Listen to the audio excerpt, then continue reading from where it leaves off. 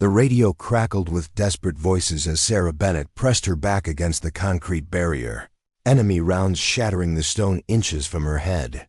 50 hostile fighters were advancing up the mountain pass, and she was the only thing standing between them and the strategic supply route that kept thousands of Allied soldiers alive.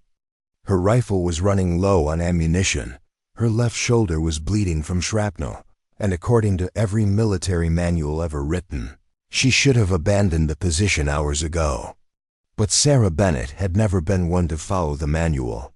3 years earlier, Colonel Marcus Thornfield had dismissed her from elite training, declaring her tactical instincts dangerously unpredictable and fundamentally incompatible with military doctrine. Now those same instincts were about to save an entire operation. As the enemy closed in, Sarah smiled grimly and chambered another round. Sometimes being unpredictable was exactly what the situation demanded.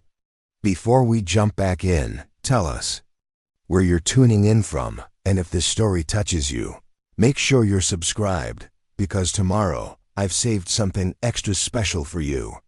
Sarah Bennett had grown up with the sound of gunfire echoing through the Wyoming mountains. But it wasn't the kind that came from warfare.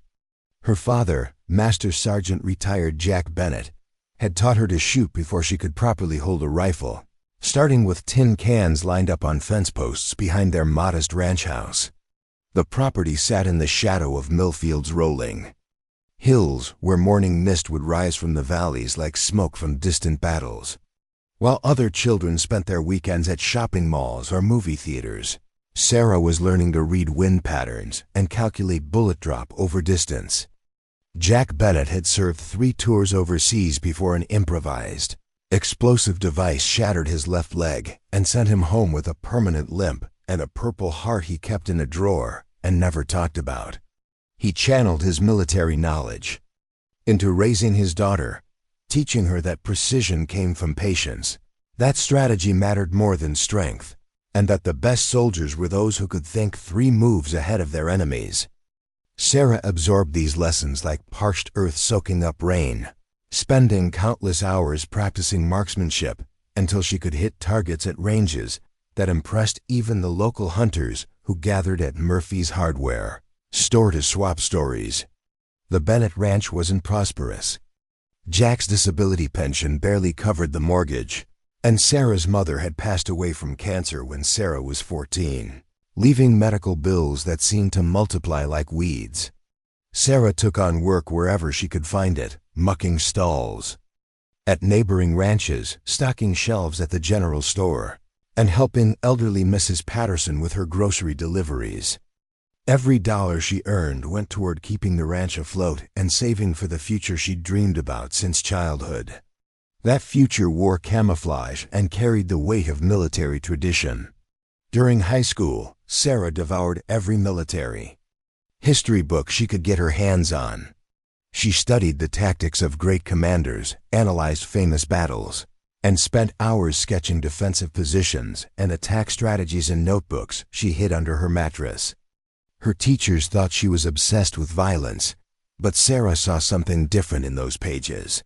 She saw the art of protecting people, the science of outthinking enemies, and the honor of standing between danger and those who couldn't defend themselves. When her guidance counselor suggested she consider college scholarships for academic achievement, Sarah politely declined. Her calling lay elsewhere. The recruitment station in nearby Casper was a 2-hour drive from Millfield, but Sarah made the trip on her 18th birthday with a determination that surprised even the seasoned recruiters. Staff Sergeant Martinez, a veteran with 20 years of service, administered her aptitude tests and physical fitness evaluation. Sarah's scores were exceptional across the board, but what caught his attention was her tactical reasoning assessment.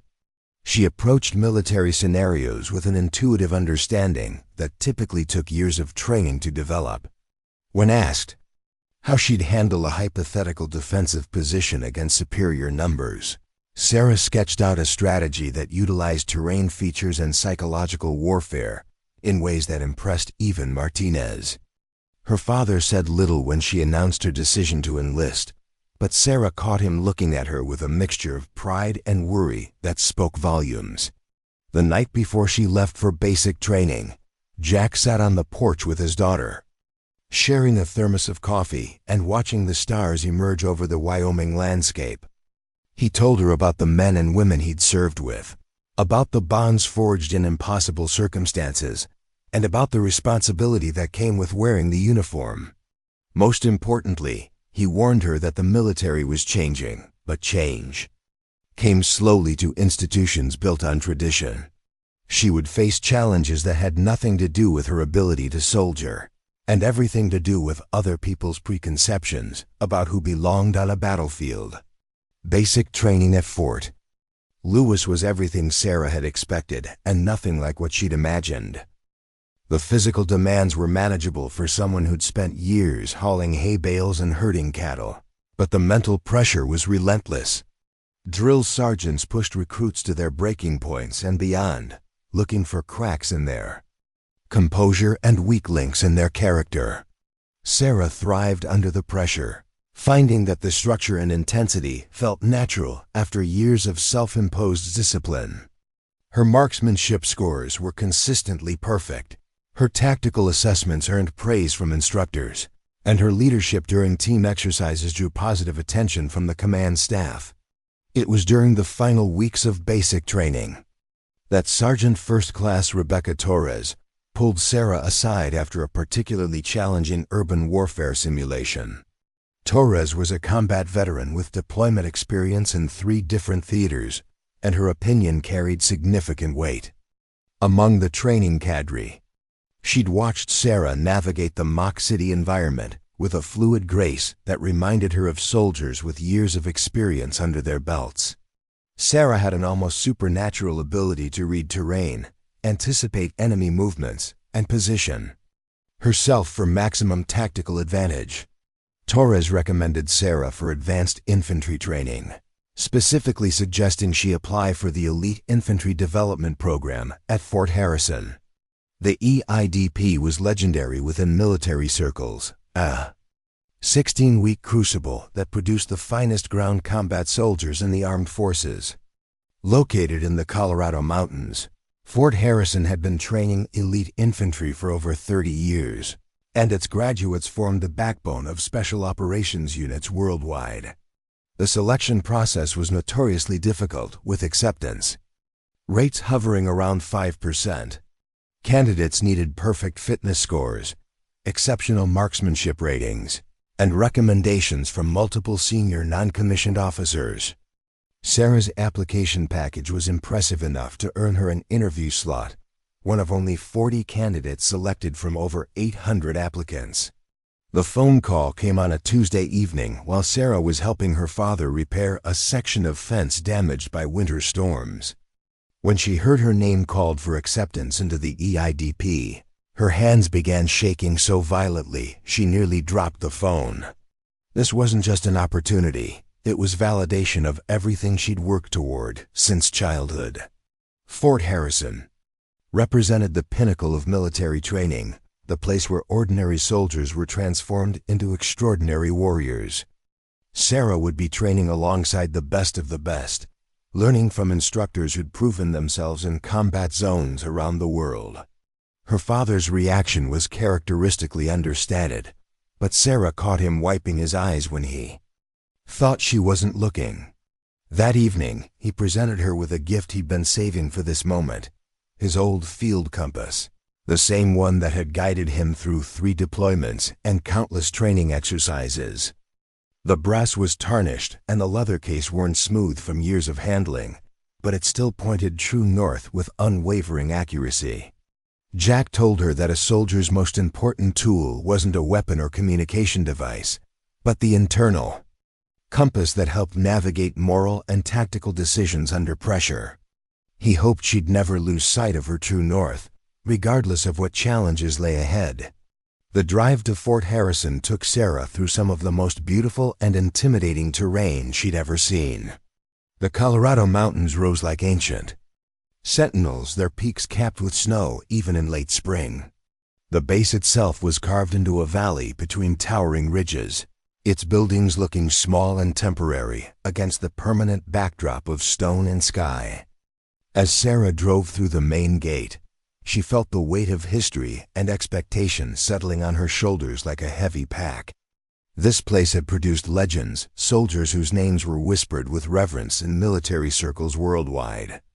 The other 39 candidates were already assembled when Sarah arrived at the processing center, and the atmosphere was thick with tension and competitive energy. These weren't ordinary recruits fresh from basic training.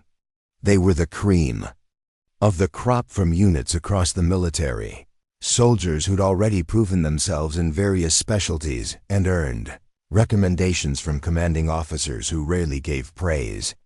Sarah found herself studying faces, trying to read the experience and confidence written in their expressions.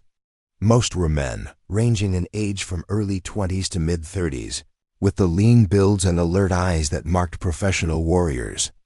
During the initial briefing, the candidates learned they'd be under the direct supervision of Colonel Marcus Thornfield, a man whose reputation preceded him like thunder before lightning. Thornfield had commanded infantry units in multiple combat deployments, earning decorations for valor and tactical brilliance that filled an entire display case in his office. His philosophy was simple and unwavering. Modern warfare demanded soldiers who could execute complex operations with machine-like precision, following orders without hesitation and integrating seamlessly into established tactical frameworks. There was no room for improvisation, no tolerance for deviation from proven doctrine, and absolutely no patience for soldiers who thought they knew better than generations of military wisdom. As Thornfield addressed the assembled candidates in the main briefing hall, his steel-gray eyes swept across the group with the intensity of a searchlight. Preparing and narrating this story took us a lot of time, so if you are enjoying it, subscribe to our channel. It means a lot to us. Now back to the story. He spoke about the honor of joining an elite brotherhood, about the responsibility that came with advanced training, and about the unforgiving standards that would separate those who belonged from those who merely thought they belonged. When his gaze settled on Sarah, she felt as though he was looking not at her uniform or her bearing, but at something deeper. It wasn't entirely unfriendly, but it carried the weight of skepticism that suggested he'd already begun forming opinions about who would succeed and who would fail.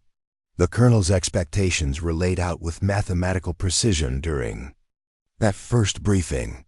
Candidates would be evaluated on physical fitness, marksmanship, tactical knowledge, leadership capability, and perhaps most importantly, their ability to function as part of a cohesive unit. Individual brilliance meant nothing if it came at the expense of team cohesion. Innovative thinking was acceptable only within established parameters. The military had spent decades refining its approaches to warfare, and the EIDP wasn't looking for revolutionaries or mavericks. They wanted soldiers who could be trusted to execute orders flawlessly under any circumstances, who could be dropped into any unit and immediately become force multipliers rather than complications. That first night in the barracks, Sarah lay on her narrow bunk listening to the sounds of 39 other soldiers settling in for sleep. Some were quietly confident, others seemed nervous despite their experience, and a few were already discussing strategy for the challenges ahead. Sarah found herself thinking about her father's compass, about the concept of true north in an environment where every direction seemed fraught with potential pitfalls.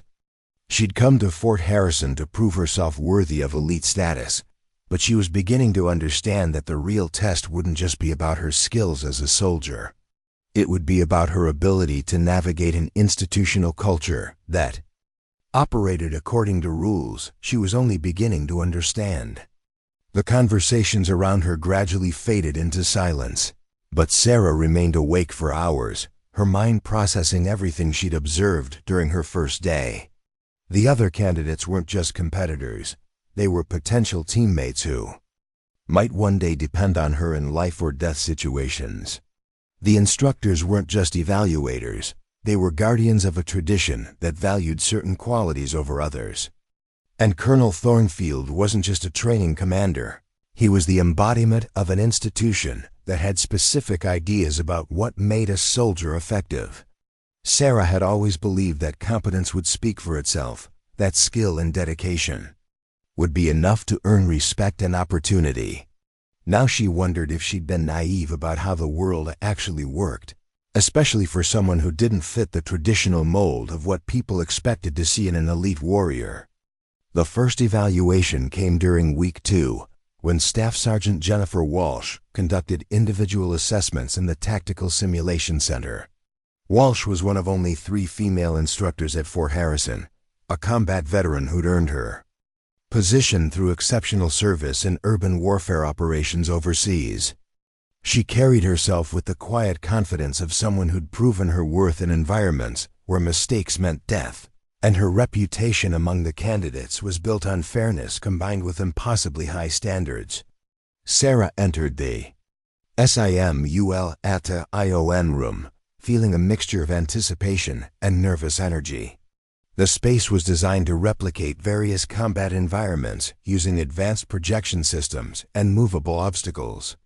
Today's scenario involved a hostage rescue situation in a multi-story building, where Sarah would need to demonstrate tactical decision-making under pressure, while managing limited resources and unknown variables. The parameters were deliberately vague, forcing candidates to rely on instinct and training rather than memorized procedures. As the simulation began, Sarah found herself transported into what felt like a real urban battlefield. The sounds of distant gunfire echoed through speakers positioned around the room, while smoke machines created the hazy atmosphere of a city under siege. Her mission was to extract 3 civilians from a building held by an unknown number of hostile forces, with backup arriving in exactly 18 minutes. The clock started ticking as soon as she crossed the threshold into the virtual environment. Sarah's approach to the scenario was unlike anything Sergeant Walsh had observed during previous evaluations. Rather than following the standard room clearing procedures taught in military doctrine, Sarah seemed to flow through the space like water, finding the path of least resistance. She used shadows and angles to mask her movement, employed psychological tactics to confuse simulated enemies, and made split-second decisions that demonstrated an intuitive understanding of human behavior under stress. When she encountered locked doors, instead of breaching them with explosive charges as most candidates did, she found alternate routes that required more creativity, but generated less noise and maintained the element of surprise. The most remarkable moment came when Sarah reached the floor where the hostages were being held. Standard protocol called for establishing a perimeter and conducting systematic room clearance, but Sarah noticed something in the enemy movement patterns that suggested a different approach. She deliberately triggered a noise in one section of the building, drawing the hostile forces away from the hostage location, then used their momentary distraction to execute a rapid extraction that saved valuable time and minimized risk to the civilians. It was a move that wasn't in any manual, but it worked with elegant efficiency. When the simulation ended, Sarah had completed the mission in record time with 0 casualties and minimal resource expenditure. More importantly, her tactical choices had demonstrated the kind of innovative thinking that could save lives in real combat situations. Sergeant Walsh found herself genuinely impressed by the young soldier's performance, recognizing something rare in Sarah's approach to problem-solving. After years of evaluating candidates who relied heavily on standard procedures, Walsh had witnessed something special, a soldier who could think beyond the confines of established doctrine while still achieving mission objectives. During the debrief, Walsh praised Sarah's tactical awareness and adaptive thinking. She particularly noted Sarah's ability to read enemy behavior and exploit psychological advantages, skills that typically took years of combat experience to develop. Sarah's unconventional approaches had consistently achieved better results than traditional methods, suggesting an innate understanding of warfare that couldn't be taught through classroom instruction or simulation exercises. Walsh made detailed notes about Sarah's performance, recognizing that this candidate possessed the kind of natural ability that appeared perhaps once in every 100 soldiers. The conversation after the formal evaluation revealed more about Sarah's background and motivations. Walsh learned about Sarah's father's influence, her self-directed study of military history, and her practical experience with firearms and tactical thinking. What impressed Walsh most was Sarah's humility about her abilities combined with an intense hunger to continue learning and improving. Sarah asked thoughtful questions about urban warfare tactics, wanted to understand the reasoning behind established procedures, and showed genuine interest in how theoretical knowledge translated to real-world applications. Word of Sarah's exceptional performance spread quickly through the instructor cadre at Fort Harrison. Other staff members began paying closer attention to her progress, curious to see if her initial success would continue across different types of challenges. The tactical simulation had been just one component of the overall evaluation process, but it was considered a reliable predictor of how candidates would perform under the stress of actual combat operations. Sarah's scores weren't just good. They were extraordinary in ways that made experienced instructors take notice. However, not everyone was pleased by Sarah's unconventional success. Some of the older instructors, particularly those who'd served under more traditional commanders, viewed her innovative approaches with suspicion rather than admiration. They argued that creative tactics might work in simulation environments, but real warfare required soldiers who could execute established procedures with mechanical precision. Innovation was dangerous when it came from soldiers who hadn't yet proven themselves in actual combat, and young candidates who thought they could improve upon decades of military wisdom were often the ones who got themselves and their teammates killed. The academic portion of the Elite Infantry Development Program was designed to challenge candidates intellectually as well as physically. Sarah found herself in classrooms studying everything from battlefield medicine to advanced communications, protocols from logistics management to the psychology of leadership under stress. The coursework was intense and demanding, requiring candidates to absorb vast amounts of information while simultaneously maintaining peak physical condition and preparing for practical evaluations. Sarah excelled in the academic environment, particularly in courses that dealt with tactical analysis and strategic planning. When presented with historical battle scenarios, she could quickly identify the key factors that determined outcomes and propose alternative approaches that might have achieved better results. Her papers on defensive positioning and resource management earned praise from instructors, who were impressed by her ability to synthesize complex information and apply it to practical situations.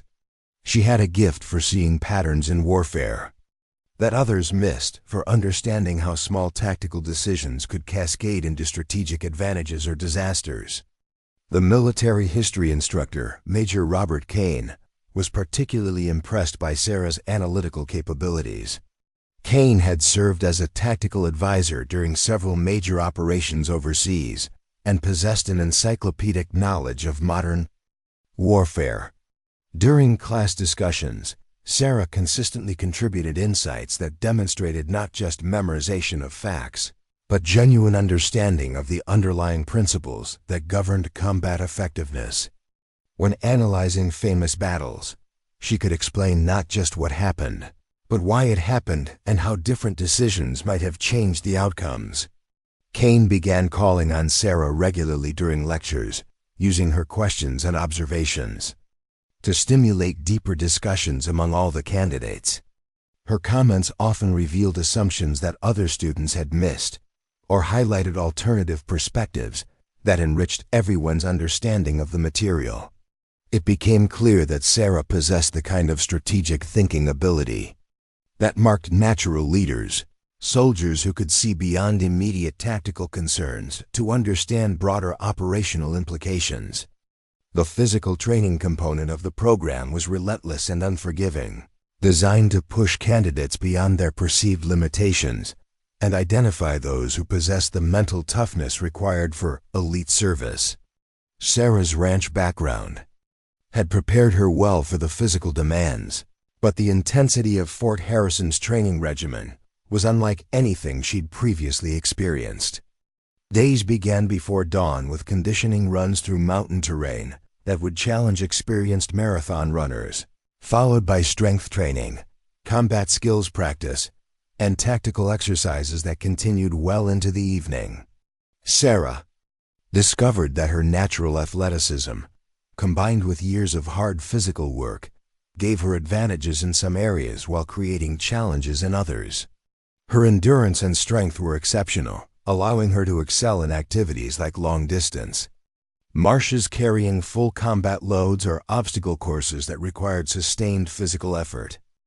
However, some of the more specialized skills, such as close-quarters combat techniques or advanced rope work, required her to learn entirely new movement patterns and muscle memory.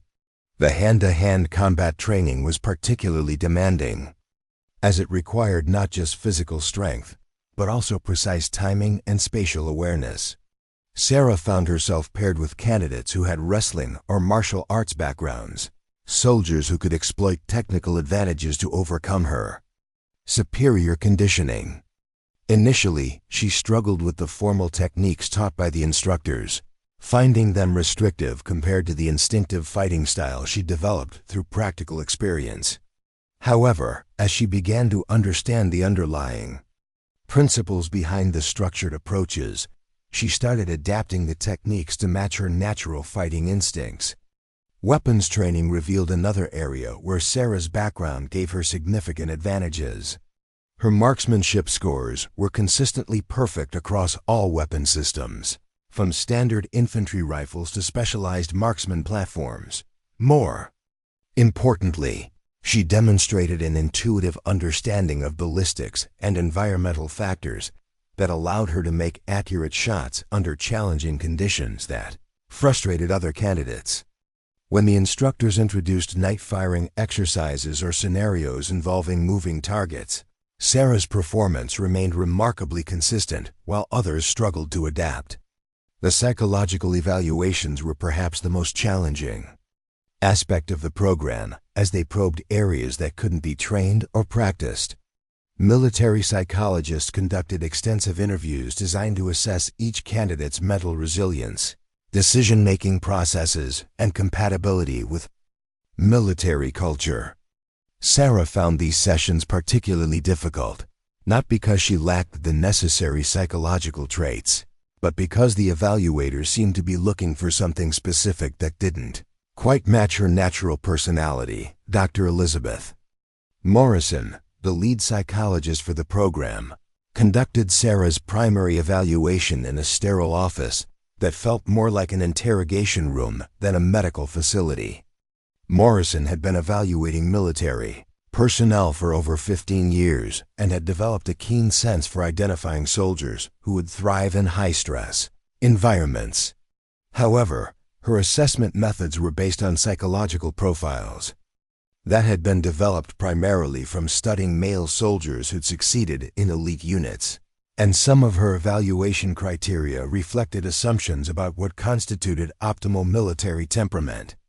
During the lengthy interview process, Morrison probed Sarah's motivations for joining the military, her responses to stress and authority, and her ability to function effectively as part of a team.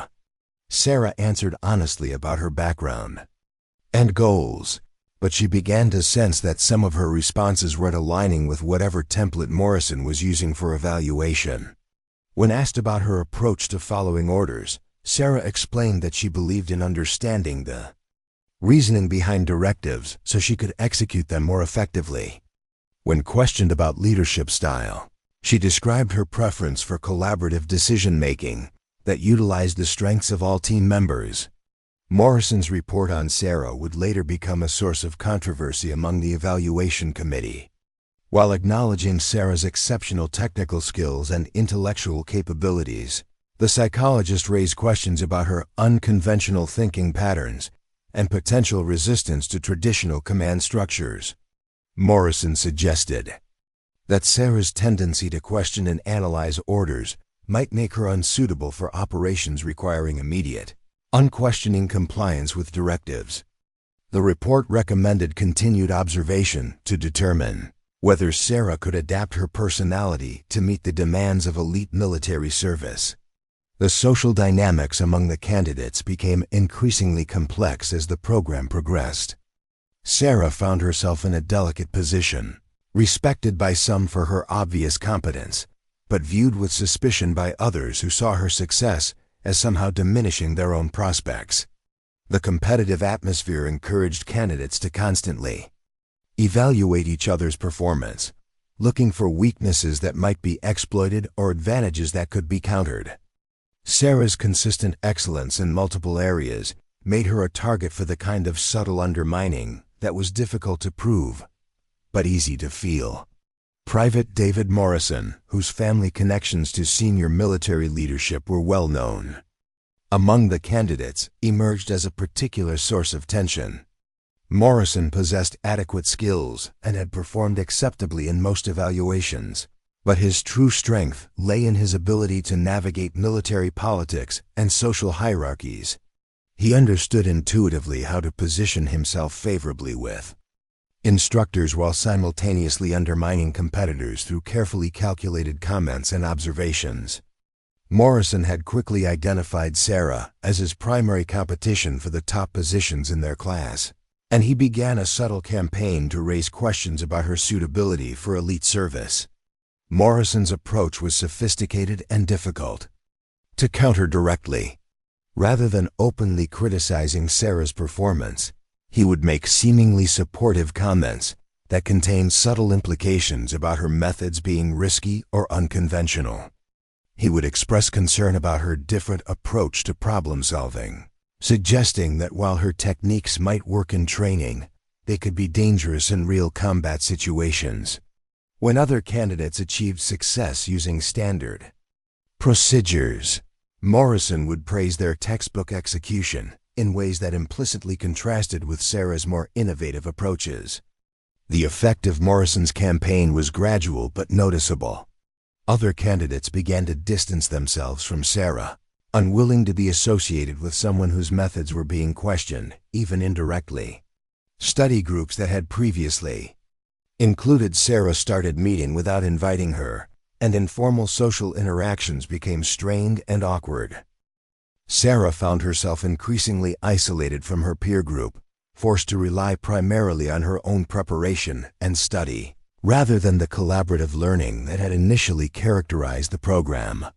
Lieutenant Alex Chun, one of the more experienced candidates with prior deployment experience, occupied a middle ground in the developing social dynamics. Chun respected Sarah's obvious abilities and had personally witnessed her exceptional performance in various training scenarios. However, he was also aware of the political undercurrents affecting the program and understood the risks of being too closely associated with anyone whose position was becoming controversial. Chun maintained a professional relationship with Sarah, neither supporting nor undermining her, but his careful neutrality was itself a form of abandonment that Sarah felt keenly.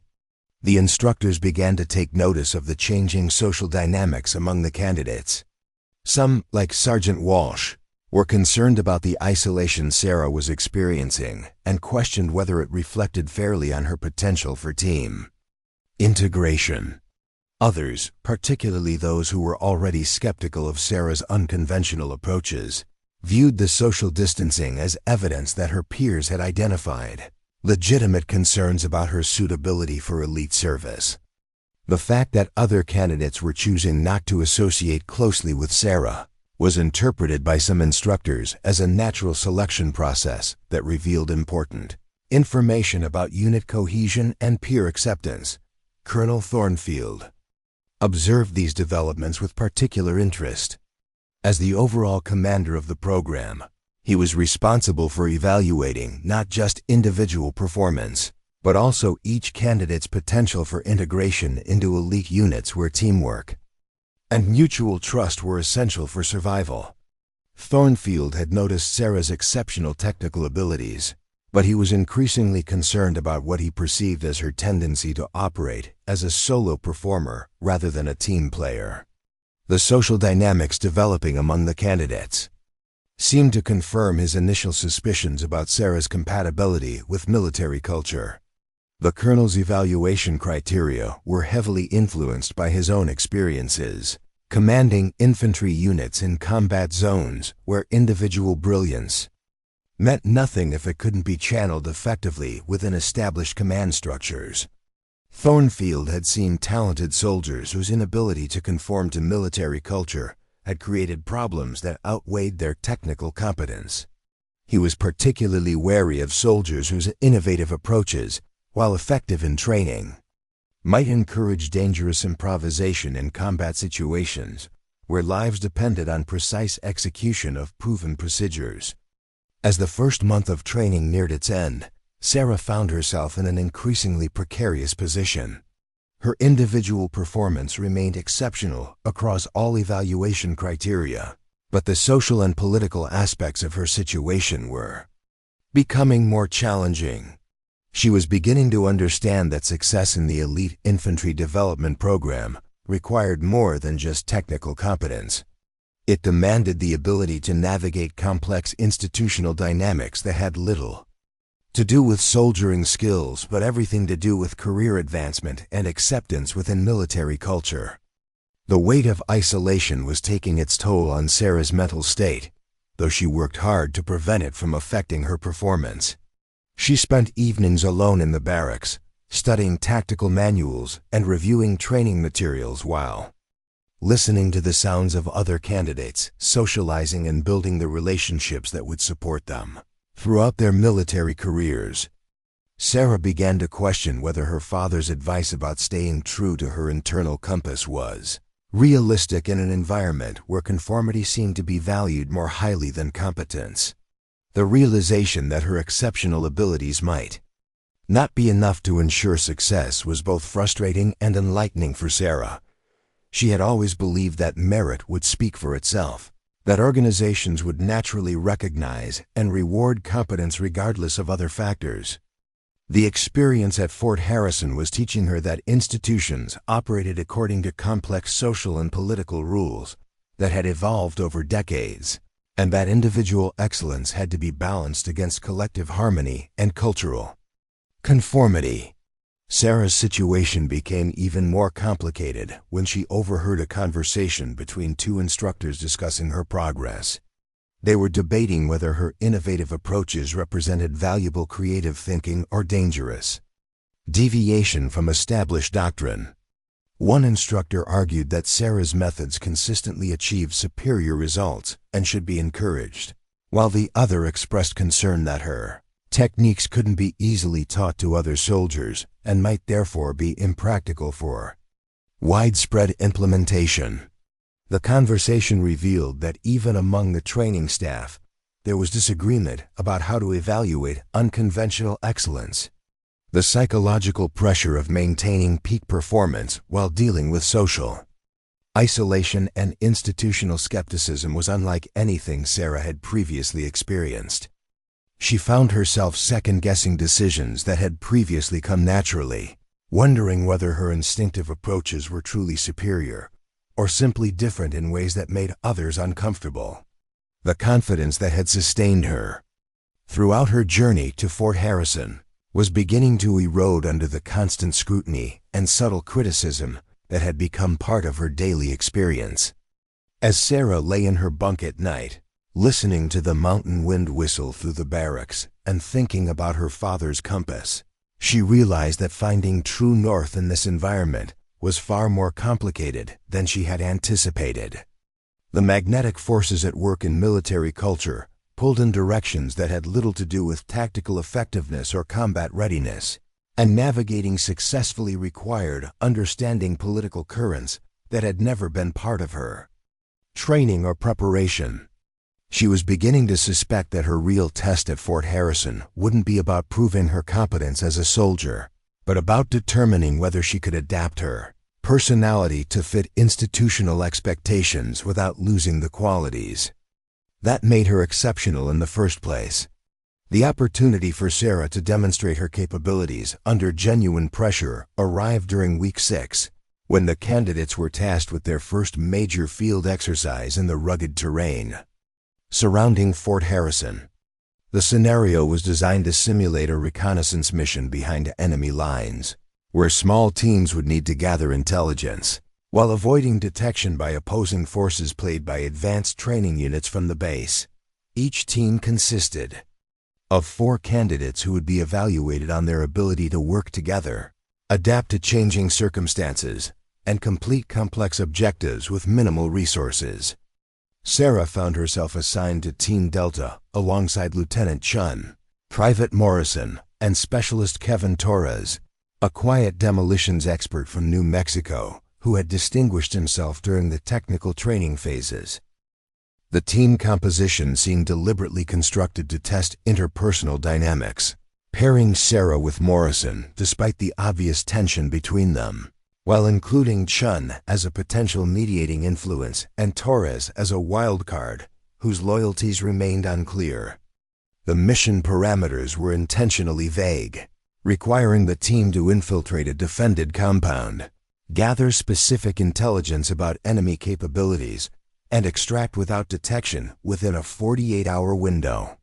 The initial briefing took place in a secure facility where Major Kane outlined the scenario with the kind of clinical precision that made it clear this exercise would separate competent soldiers from exceptional ones.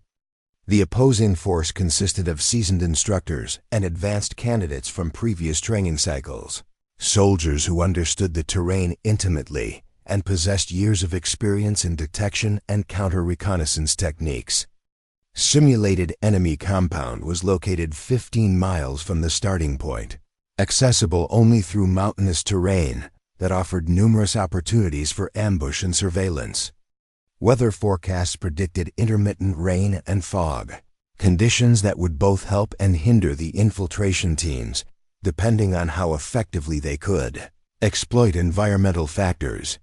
Sarah studied the topographical maps with intense concentration, her mind automatically cataloging approach routes, potential observation points, and contingency extraction paths. Her tactical analysis went beyond simple route planning to consider psychological factors like enemy patrol patterns, the likelihood of detection at various times of day, and how weather conditions might affect both friendly and opposing forces. She began sketching preliminary movement plans that utilized terrain features to mask their approach while maintaining multiple options for adapting to unexpected developments. Morrison immediately asserted his leadership of the team, citing his prior experience and family military background as qualifications for making tactical decisions. His approach to mission planning was methodical and conservative, relying heavily on standard reconnaissance procedures outlined in field manuals. Morrison favored a direct approach that would minimize variables and reduce the chances of unexpected complications, arguing that proven techniques were more reliable than experimental tactics during high-stakes operations. He dismissed Sarah's more creative route suggestions as unnecessarily complex and potentially dangerous for team members who weren't familiar with unconventional approaches. The tension between Morrison's conservative leadership style and Sarah's innovative tactical thinking became apparent during the planning phase. When Sarah proposed using a longer approach route that would take advantage of natural concealment features, Morrison argued that it would consume too much time and energy while exposing the team to additional risks. When she suggested timing their movement to coincide with shift changes among the opposing forces, Morrison insisted that relying on such precise timing was unrealistic and potentially catastrophic if their assumptions proved incorrect. The debate revealed fundamental differences in their understanding of acceptable risk and tactical flexibility. Lieutenant Chun attempted to mediate between the competing approaches, recognizing merit in both perspectives while trying to forge a compromise that would satisfy mission requirements. Chun's deployment experience had taught him that successful operations often required balancing calculated risks with operational security, and he could see value in Sarah's creative thinking while understanding Morrison's concerns about maintaining team cohesion. Torres remained largely silent during the planning discussions, observing the interpersonal dynamics with the detached interest of someone who had learned to evaluate leadership effectiveness through practical results rather than theoretical discussions. The exercise began at dawn on a gray morning when low clouds obscured the mountain peaks and a light drizzle created additional challenges for navigation and visibility. Team Delta moved out from the designated starting point carrying full combat loads that included weapons, ammunition, communications equipment, and survival gear sufficient for extended operations in hostile territory.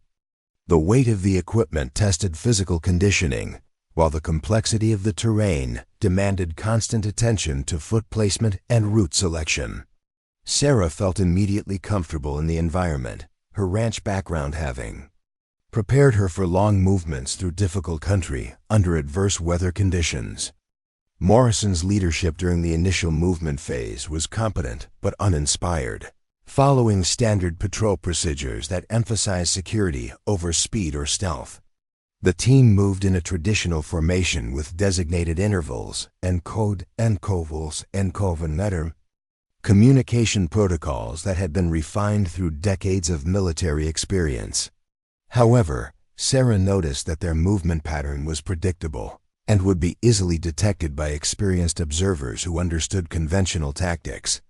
She attempted to suggest modifications that would make their approach less obvious, but Morrison insisted on maintaining established procedures to avoid confusion among team members. The first major test came when the team encountered an unexpected obstacle in the form of an opposing force patrol that wasn't supposed to be in their planned route. The enemy soldiers were conducting a random sweep of the area, using detection equipment and movement techniques that indicated a high level of training and experience. Morrison's initial reaction was to halt the team and wait for the patrol to pass, following standard procedures for avoiding contact during reconnaissance missions. However, Sarah recognized that the enemy patrol pattern suggested they were conducting a systematic search that would eventually discover any team attempting to hide in the immediate area. Sarah proposed an alternative approach that involved using the terrain to bypass the patrol while simultaneously gathering intelligence about their equipment and procedures. Her plan required precise timing and coordination, but it would allow the team to continue toward their objective while avoiding detection and potentially gathering valuable information about enemy capabilities. Morrison rejected the proposal as too risky, insisting that mission security took precedence over opportunistic intelligence gathering. The disagreement created tension within the team and consumed valuable time, while the enemy patrol continued their systematic search of the area. The standoff was resolved when Torres quietly observed that their current position was becoming increasingly exposed as the enemy patrol expanded their search pattern. Chun supported Sarah's assessment that waiting was becoming more dangerous than moving, and Morrison reluctantly agreed to attempt the bypass maneuver. Sarah took point during the movement, using her intimate knowledge of terrain features to guide the team through a route that kept them concealed while allowing observation of the enemy patrol. Her navigation was flawless, and the team successfully gathered detailed intelligence about enemy equipment and procedures while avoiding detection. The success of Sarah's tactical improvisation created a subtle shift in team dynamics, with Torres and Chun beginning to pay more attention to her suggestions during subsequent planning discussions. Morrison maintained his official leadership role, but his authority was undermined by the obvious effectiveness of Sarah's alternative approaches. The psychological pressure of command began to affect Morrison's decision-making, causing him to become more rigid in his adherence to standard procedures, as a way of reasserting control over the tactical situation. As the team moved deeper into enemy territory, the terrain became increasingly challenging, and the likelihood of detection grew correspondingly higher.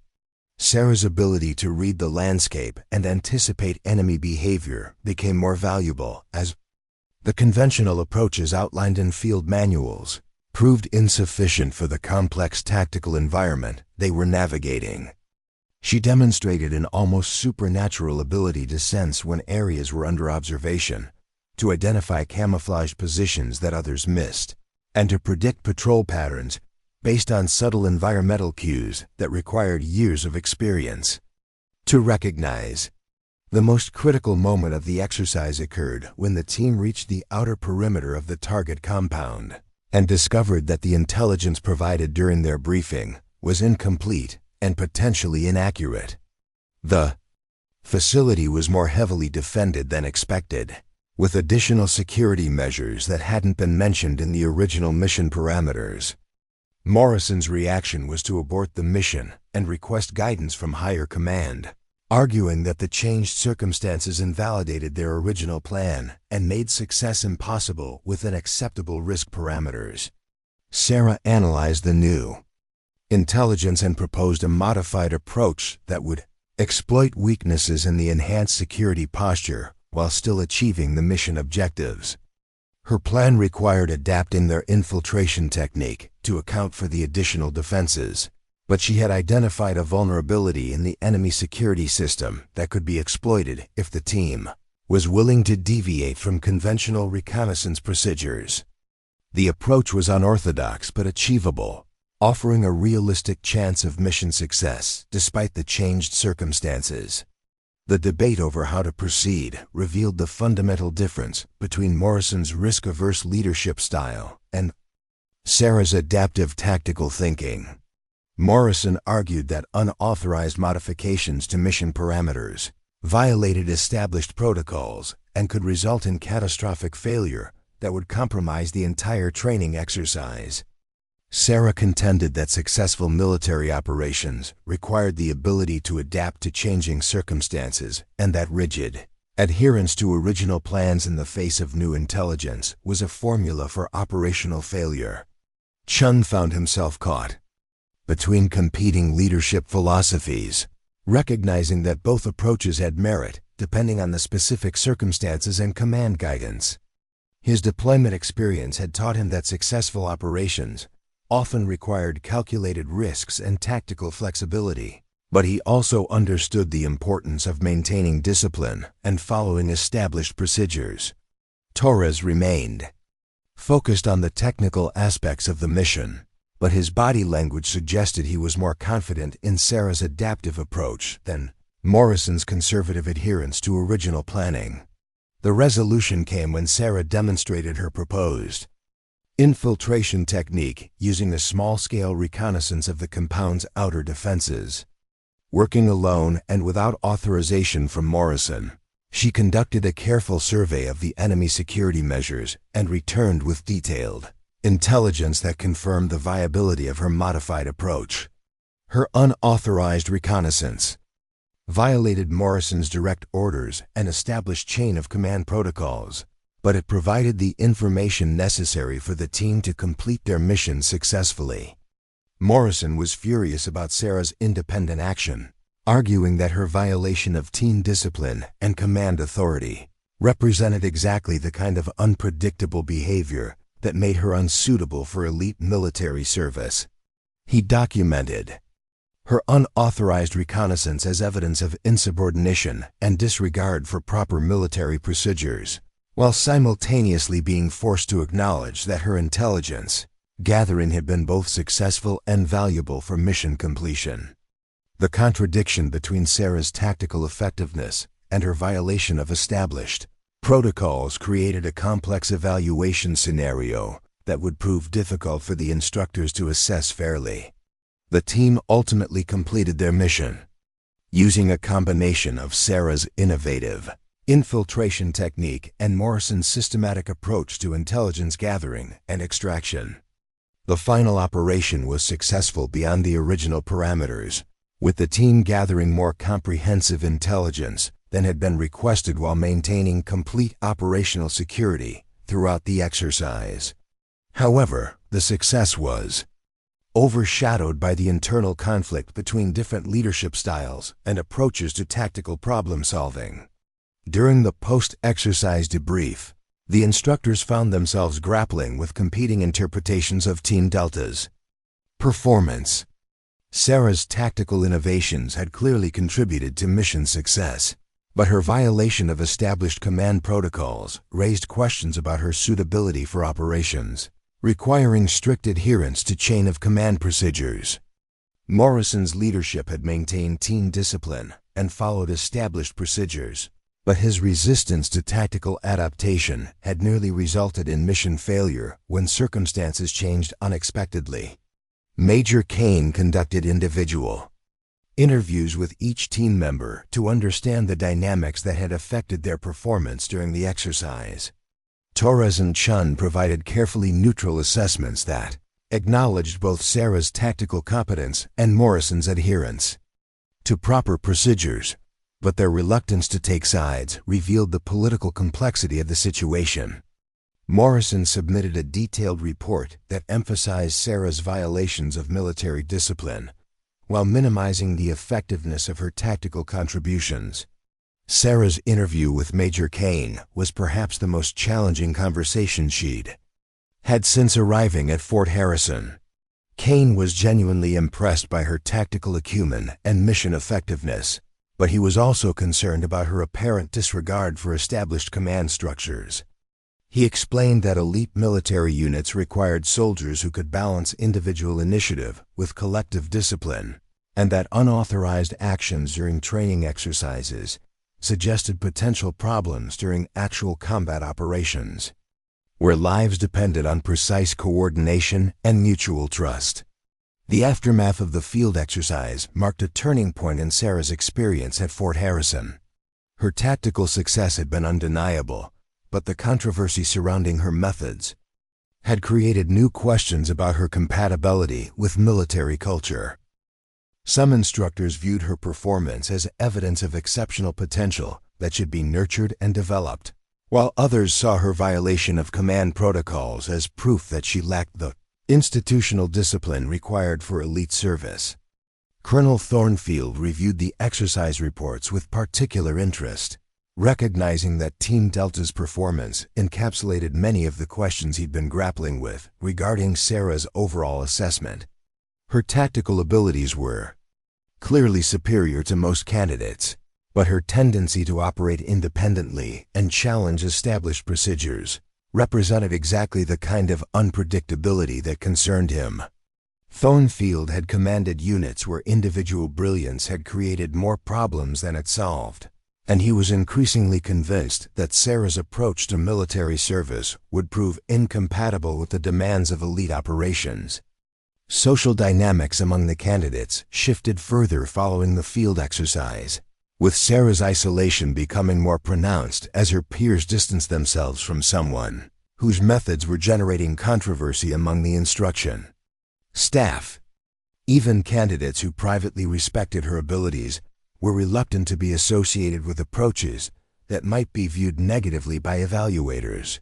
The competitive atmosphere of the program encouraged self-preservation over solidarity, and Sarah found herself increasingly alone in her pursuit of excellence through unconventional means.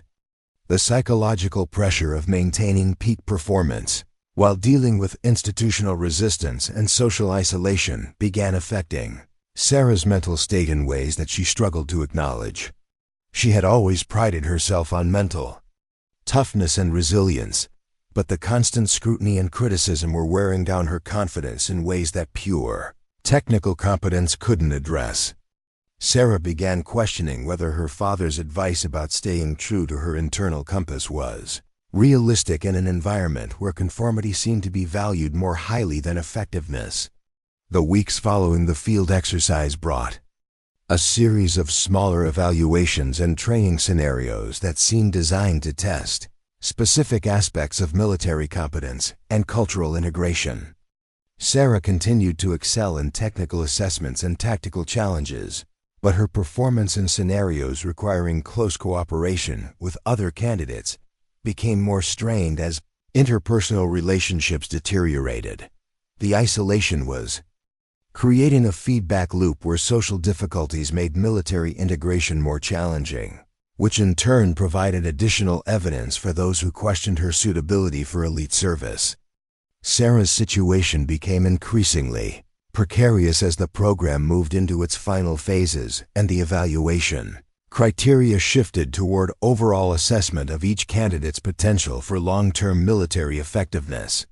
Her individual competence remained exceptional, but the questions surrounding her ability to function within established military culture were becoming more prominent in instructor discussions and evaluation reports.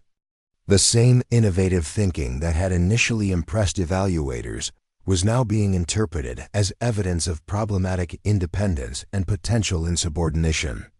The decisive moment arrived during week 14 of the program, when candidates faced their ultimate evaluation in an exercise known throughout Fort Harrison as the Crucible.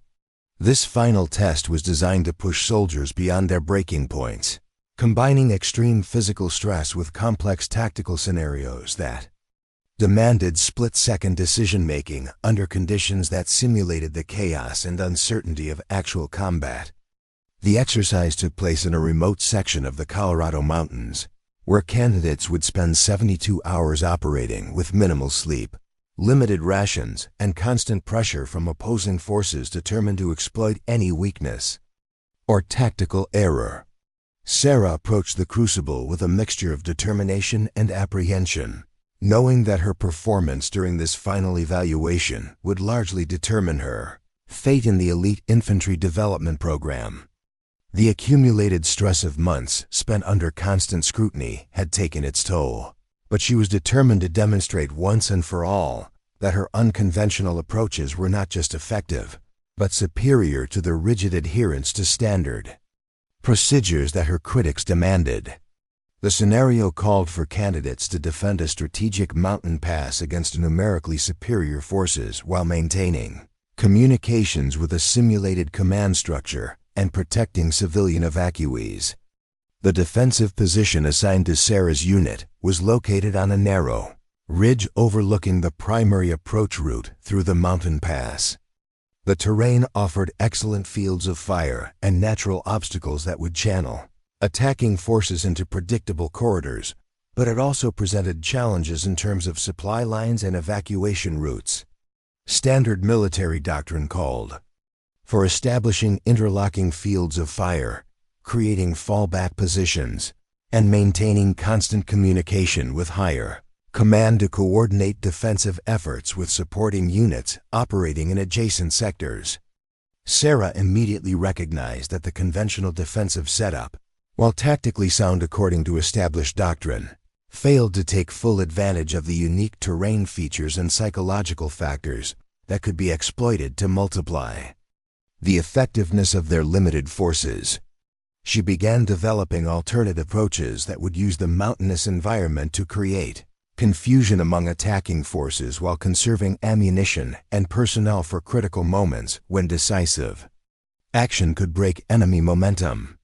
Her plans involved psychological warfare, environmental manipulation, and adaptive positioning that went far beyond anything covered in standard field manuals. The exercise began with Sarah's unit taking defensive positions according to plans developed through collective input from all team members. However, Morrison had emerged as the unofficial leader of the defensive effort, and his approach emphasized strict adherence to established procedures and centralized command control. Morrison established offensive positions based on textbook examples of mountain warfare, assigned sectors of responsibility according to standard protocols, and implemented communication procedures that prioritized reporting to higher command over tactical flexibility at the squad level. Sarah attempted to suggest modifications that would improve their defensive effectiveness, but Morrison dismissed her proposals as unnecessarily complicated and potentially dangerous for soldiers who hadn't trained extensively with unconventional tactics. He argued that proven methods had been developed through decades of combat experience, and that experimental approaches during the critical evaluation exercise would jeopardize everyone's chances of successfully completing the program. Morrison's arguments carried weight with other candidates, who were already nervous about the final evaluation and reluctant to risk their military careers on untested tactical innovations. The first assault came at dawn on the second day, when opposing forces launched a probing attack designed to test the defensive positions and identify weaknesses that could be exploited during subsequent operations. Morrison's conventional defensive setup performed adequately, repelling the attack through disciplined fire control and proper utilization of available cover and concealment. However, Sarah observed that the enemy forces had gathered valuable intelligence about their defensive capabilities and positioning that would make subsequent attacks more effective and potentially overwhelming. During the brief lull between attacks, Sarah approached Morrison with detailed observations about enemy tactics and proposed modifications to their defensive strategy that would address the intelligence gathering that had occurred during the initial assault. Her suggestions involved repositioning key defensive elements, creating false positions to mislead enemy reconnaissance, and implementing adaptive firing patterns that would make it difficult for attacking forces to predict and counter their defensive measures. Morrison rejected these proposals, insisting that changing established defensive positions would create confusion and potentially compromise their ability to coordinate with supporting units. The disagreement escalated when Sarah pointed out that their current defensive posture was predictable and vulnerable to the kind of coordinated assault that experienced opposing forces would likely employ during subsequent attacks. She argued that maintaining static positions based on standard doctrine would result in defeat against numerically superior forces who had already gathered detailed intelligence about their capabilities and positioning. Morrison accused Sarah of undermining unit cohesion and attempting to second-guess tactical decisions that had been made through proper military procedures and collective consultation. The second major assault began that afternoon with indirect fire that targeted the exact positions Morrison had established according to standard defensive doctrine. The enemy forces had clearly analyzed the defensive setup during their initial probing attack and were now exploiting the predictable positioning that resulted from strict adherence to conventional tactical procedures. Sarah's warnings about the vulnerability of their static defensive posture proved prophetic, as incoming rounds found their targets with devastating accuracy, forcing the defensive team to abandon carefully prepared positions and improvise new defensive arrangements.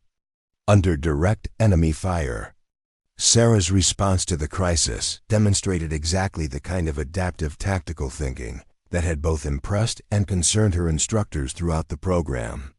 While other candidates struggled to adjust to the collapse of their planned defensive positions, Sarah immediately began implementing alternative approaches that utilized terrain features and psychological tactics to regain the initiative against attacking forces.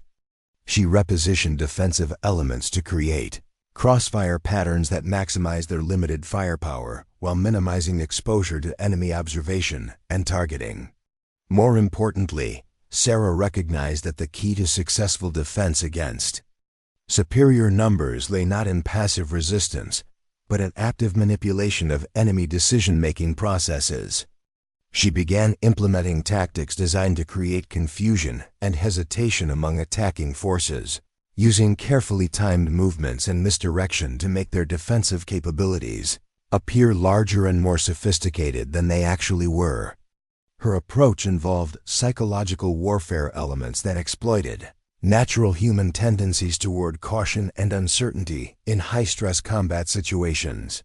The effectiveness of Sarah's adaptive defensive tactics became apparent as the enemy assault began to lose momentum and coordination. Attacking forces found themselves engaging targets that disappeared before they could bring effective fire to bear, encountering resistance from unexpected directions, and dealing with defensive measures that seemed to anticipate and counter their tactical approaches.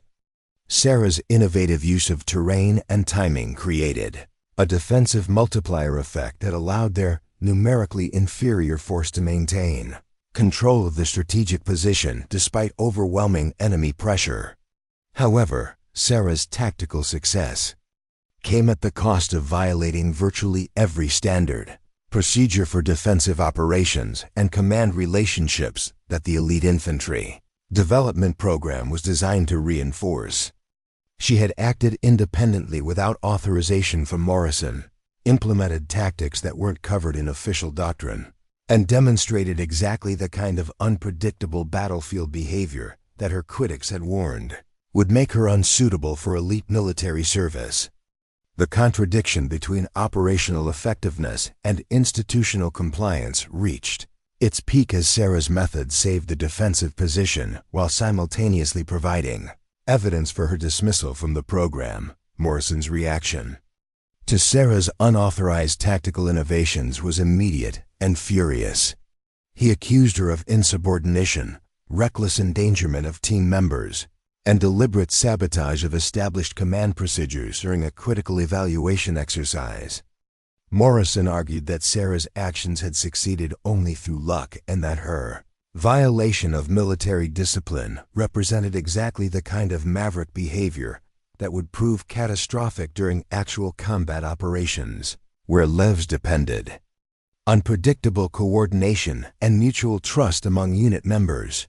The final phase of the crucible presented the ultimate test of Sarah's tactical abilities and institutional compatibility when enemy forces launched a coordinated night assault designed to overwhelm the defensive position through sheer numerical superiority and sustained pressure. Intelligence reports indicated that attacking forces numbered more than 50 soldiers, equipped with advanced night vision capabilities and coordinated fire support that would make conventional defensive measures virtually impossible to sustain. The scenario was deliberately designed to be nearly impossible, forcing candidates to choose between abandoning their positions or attempting to hold against overwhelming odds. Sarah analyzed the tactical situation with the clarity of mind that extreme stress often produced in exceptional soldiers. She recognized that conventional defensive measures would result in inevitable defeat against such overwhelming numerical superiority, but she also identified opportunities for unconventional approaches that could exploit enemy assumptions and create tactical advantages through psychological manipulation and environmental factors. Her plan involved abandoning traditional defensive positions in favor of mobile harassment tactics that would use the mountainous terrain to multiply their effective combat power while avoiding direct confrontation with superior enemy forces.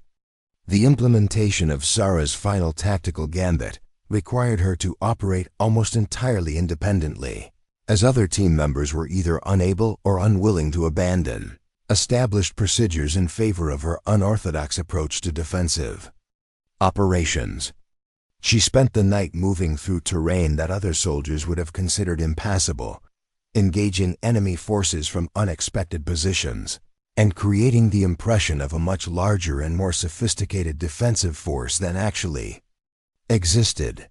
Her tactics combined precise marksmanship with psychological warfare and environmental manipulation to create maximum disruption among attacking forces.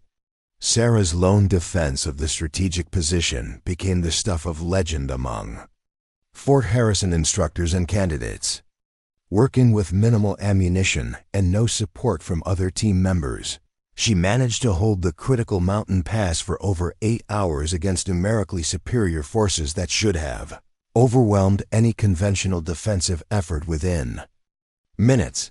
Her tactics were so effective that opposing forces began to withdraw, convinced they were facing a much larger and better equipped defensive force than the single soldier who was actually responsible for their tactical defeat. The success of Sarah's individual defensive effort was unprecedented in the history of the Crucible exercise. No candidate had ever successfully held a defensive position single-handedly against such overwhelming odds, and her tactical innovations during the engagement demonstrated levels of military competence that impressed even the most experienced instructors. However, her complete abandonment of established procedures and violation of virtually every principle of military discipline and command. Relationships provided equally compelling evidence for those who argued that she was fundamentally unsuitable for elite military service. Colonel Thornfield's evaluation of Sarah's performance during the Crucible encapsulated the fundamental contradiction that had characterized her entire experience at Fort Harrison. Her tactical abilities were clearly exceptional, demonstrating levels of military competence that exceeded established standards and suggested enormous potential for future development. However, her methods consistently violated established procedures and command relationships in ways that raised serious questions about her ability to function effectively within military organizational structures that demanded predictability and institutional compliance. The final evaluation committee found themselves grappling with an assessment challenge that had no clear precedent in the history of the elite infantry development program. Sarah's individual performance metrics were outstanding across virtually every category of military competence, but her consistent violation of established procedures and command relationships suggested fundamental incompatibility with the institutional culture that elite units required for operational effectiveness. The committee spent hours debating whether exceptional tactical ability could outweigh institutional noncompliance, or whether military effectiveness required conformity to established organizational principles regardless of individual competence levels. Morrison's final report on Sarah's performance emphasized her violations of military discipline and command relationships while minimizing the tactical effectiveness that had characterized her unconventional approaches. He argued that Sarah's methods, while occasionally successful in training environments, represented exactly the kind of unpredictable behavior that would prove catastrophic during actual combat operations, where success depended on precise coordination and mutual trust among unit members.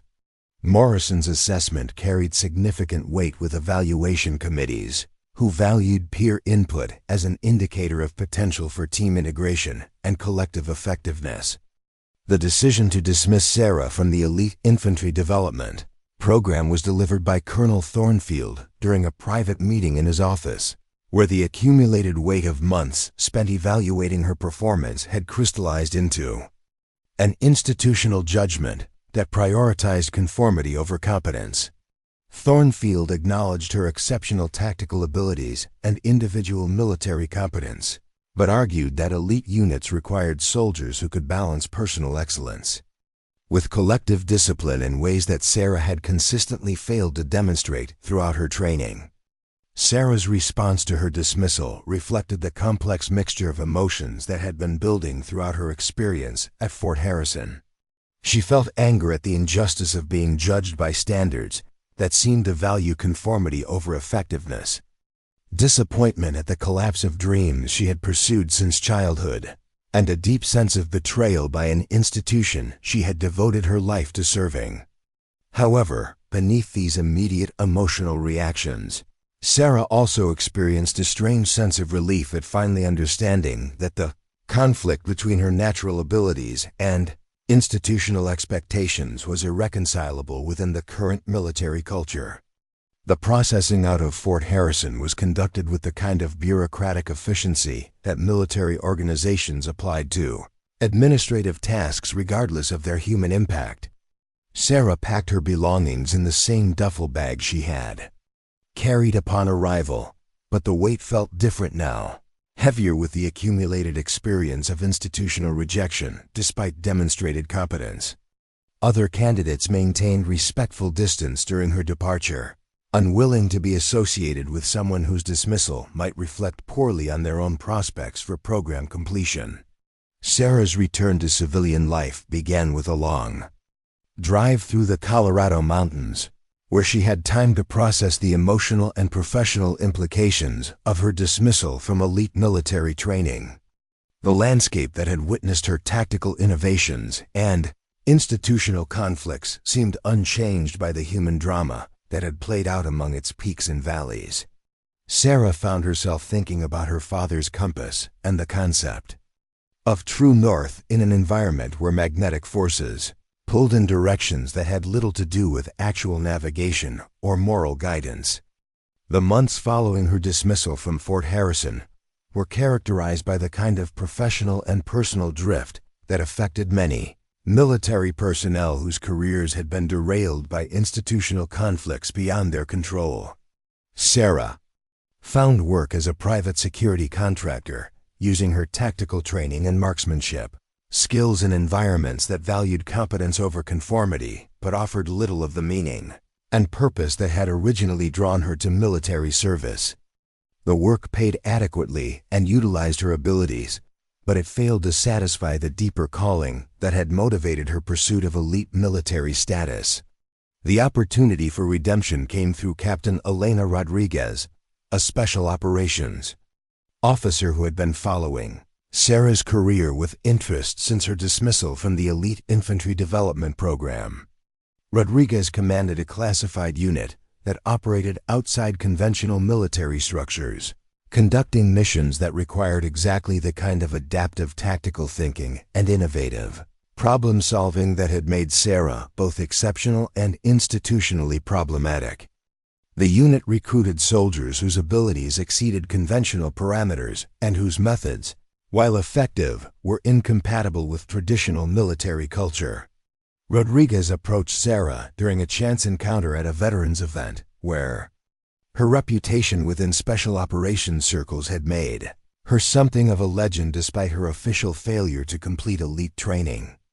Rodriguez explained that certain military missions required soldiers who could operate independently, adapt to unpredictable circumstances, and achieve objectives through methods that weren't covered in field manuals or standard operating procedures. Sarah's tactical innovations during the Crucible had been studied extensively by special operations planners who recognized their potential applications in unconventional warfare scenarios. The classified mission that would provide Sarah's ultimate vindication involved defending a strategic outpost against overwhelming enemy forces in a remote theater where conventional military support was unavailable and standard defensive procedures would prove inadequate against numerically superior attackers. The assignment required exactly the kind of independent tactical thinking and adaptive defensive measures that had characterized Sarah's performance during training exercises. Rodriguez offered Sarah the opportunity to demonstrate that her unconventional methods weren't just effective in training scenarios, but superior to conventional approaches in actual combat operations. Sarah's acceptance of the classified mission represented both a professional opportunity and a personal test of the convictions that had sustained her through institutional rejection and career uncertainty. She understood that success would validate her tactical approaches and demonstrate the short-sightedness of military institutions that valued conformity over competence.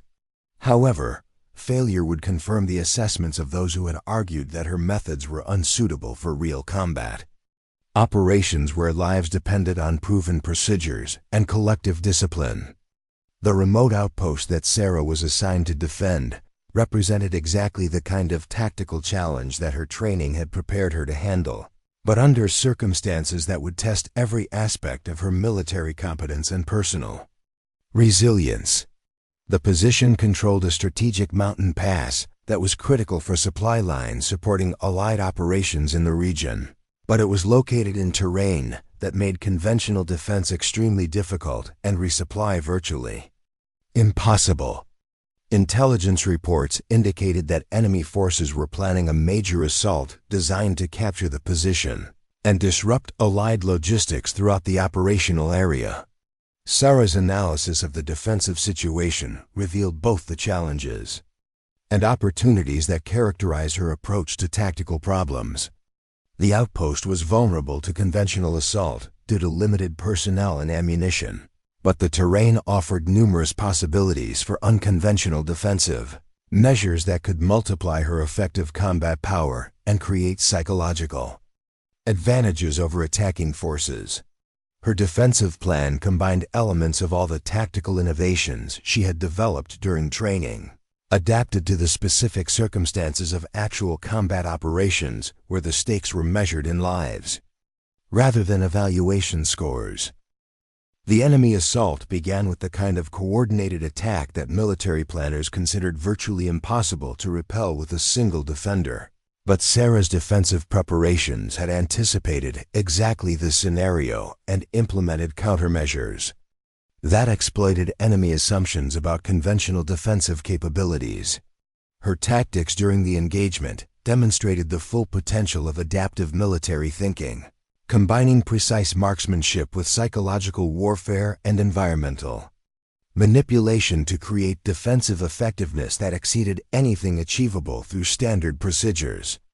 The successful defense of the outpost against 50 attacking soldiers became the validation that Sarah had sought throughout her military career, demonstrating conclusively that her tactical approaches weren't just different from conventional methods, but superior in circumstances that demanded adaptive thinking and individual excellence. The mission's success provided objective evidence that the institutional assessments which had led to her dismissal from elite training were based on cultural bias rather than operational effectiveness, and that military organizations sometimes rejected their most capable personnel in favor of those who conformed to established expectations. Sarah's reflection on her journey from institutional rejection to operational vindication revealed the complex relationship between individual excellence and organizational culture within military institutions. She had learned that competence alone was insufficient for institutional success, but also that institutional approval was unnecessary for personal fulfillment and professional effectiveness. The compass her father had given her had pointed consistently toward true north throughout her career, even when magnetic forces within military culture had attempted to pull her in directions that compromised her natural abilities and tactical instincts. The conclusion of Sarah's story represented not just personal triumph over institutional bias, but validation of the principle that exceptional individuals sometimes must operate outside conventional structures to achieve their full potential. Her career had demonstrated that military effectiveness could not always be measured by conformity to established procedures, and that the most valuable soldiers were often those whose methods challenged organizational assumptions about optimal tactical approaches. Sarah had found her place not within traditional military hierarchies, but in specialized roles that valued competence over conformity and results over adherence to institutional expectations. The dawn light filtered through the mountain mist as Sarah Bennett checked her equipment one final time, knowing that the next few hours would either validate everything she believed about warfare or prove her critics right in the most permanent way possible. The intelligence briefing had been stark in its assessment. 50 enemy combatants were moving through the valley below, equipped with advanced weaponry and tactical coordination that made them a formidable force by any military standard. Their objective was to capture forward operating base Phoenix and the critical supply route it protected, cutting off vital resources to allied forces operating throughout the region. Sarah's assignment to this remote outpost had come through Captain Rodriguez's classified unit, where unconventional thinking was valued over rigid adherence to doctrine. The position itself was strategically crucial, but tactically challenging, perched on a narrow ridge that commanded excellent fields of fire, but offered limited options for reinforcement or escape. Previous assessments had concluded that defending the location would require at least a full squad of soldiers with heavy weapon support, but operational constraints meant that Sarah would be operating alone with standard infantry equipment and whatever innovative approaches she could devise. The defensive preparations had taken 3 days of careful planning and physical labor, as Sarah transformed the outpost from a conventional military position into something that reflected her unique understanding of psychological warfare and environmental manipulation. Rather than simply improving existing defensive positions, she had redesigned the entire defensive concept to exploit enemy assumptions about conventional military tactics, while maximizing the psychological impact of her defensive capabilities. Every element of her preparation was designed to create confusion and uncertainty among attacking forces, who expected to face predictable resistance patterns. Sarah's approach to defensive positioning went far beyond the standard practices taught in military schools, incorporating elements of deception and misdirection that would make her actual capabilities difficult for enemy forces to assess accurately. She created multiple false positions that would draw enemy fire away from her actual fighting locations, established movement routes that would allow her to engage from unexpected angles, and prepared contingency measures that would maintain defensive effectiveness even if primary positions were compromised. The defensive plan was simultaneously more complex and more flexible than anything covered in conventional military doctrine. The psychological aspects of Sarah's defensive strategy were perhaps the most innovative elements of her overall approach. Designed to exploit natural human tendencies toward caution and uncertainty in high-stress combat situations, she understood that attacking forces would be operating with incomplete intelligence about the defensive capabilities they faced, and she planned to manipulate their perceptions in ways that would amplify their natural hesitation and create opportunities for tactical advantage. The goal was not simply to resist enemy attacks, but to actively shape enemy decision-making processes in ways that would favor the defending force. As the enemy forces began their approach through the valley below, Sarah activated the first phase of her defensive plan by allowing their reconnaissance elements to gather carefully controlled intelligence about the outpost's apparent capabilities. The information they gathered would be accurate in some respects, but deliberately misleading in others, creating a tactical picture that would influence their assault planning in ways that played to her defensive advantages. Sarah's understanding of military psychology allowed her to predict how enemy commanders would interpret the intelligence and plan their attacks accordingly. The initial enemy probe came at mid-morning when a small reconnaissance team attempted to gather detailed intelligence about the defensive positions and capabilities. Sarah allowed them to observe certain aspects of the outpost while concealing others, creating an impression of conventional defensive measures that would encourage the enemy to plan standard assault tactics. The reconnaissance team withdrew after gathering what they believed was comprehensive intelligence, but Sarah's deception measures had actually provided them with a tactical assessment that would prove dangerously inaccurate when they attempted to implement their attack plans. Sarah's monitoring of enemy communications through intercepted radio transmissions revealed that their assessment had proceeded exactly as she had anticipated. The attacking force was planning a conventional assault that relied on standard tactics for overwhelming defensive positions, including coordinated fires and systematic clearance of defensive positions that they believed they had identified during their reconnaissance phase. Their tactical planning reflected confidence in a numerical superiority and conventional approach to military operations, exactly the kind of predictable thinking that Sarah's defensive measures were designed to exploit. The first major assault began in the early afternoon, when enemy forces launched what they believed would be a decisive attack against defensive positions they thought they understood. Sarah's response demonstrated the full extent of her tactical innovations, as she engaged the attacking force from positions they hadn't identified, while allowing them to waste ammunition and energy, attacking locations that contained nothing but carefully constructed decoys. The psychological impact of discovering that their intelligence was inaccurate created exactly the kind of confusion and hesitation that Sarah had planned to exploit.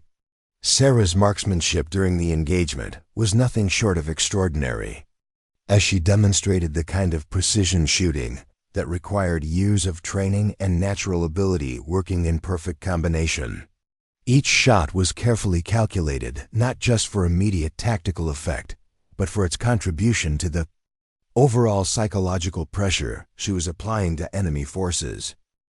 The attacking soldiers found themselves facing defensive fire that seemed to anticipate their movements and counter their tactical approaches with uncanny accuracy, creating an impression of facing a much larger and more sophisticated defensive force than actually existed. The defensive multiplier effect that Sarah created through her innovative tactics became apparent as the enemy assault began to lose momentum and coordination. Attacking forces found themselves engaging targets that seemed to disappear before. Effective return fire could be directed, encountering resistance from unexpected directions, and dealing with defensive measures that appeared to anticipate their tactical approaches. The psychological pressure of facing unpredictable resistance began to affect enemy decision-making processes in ways that further complicated their assault efforts.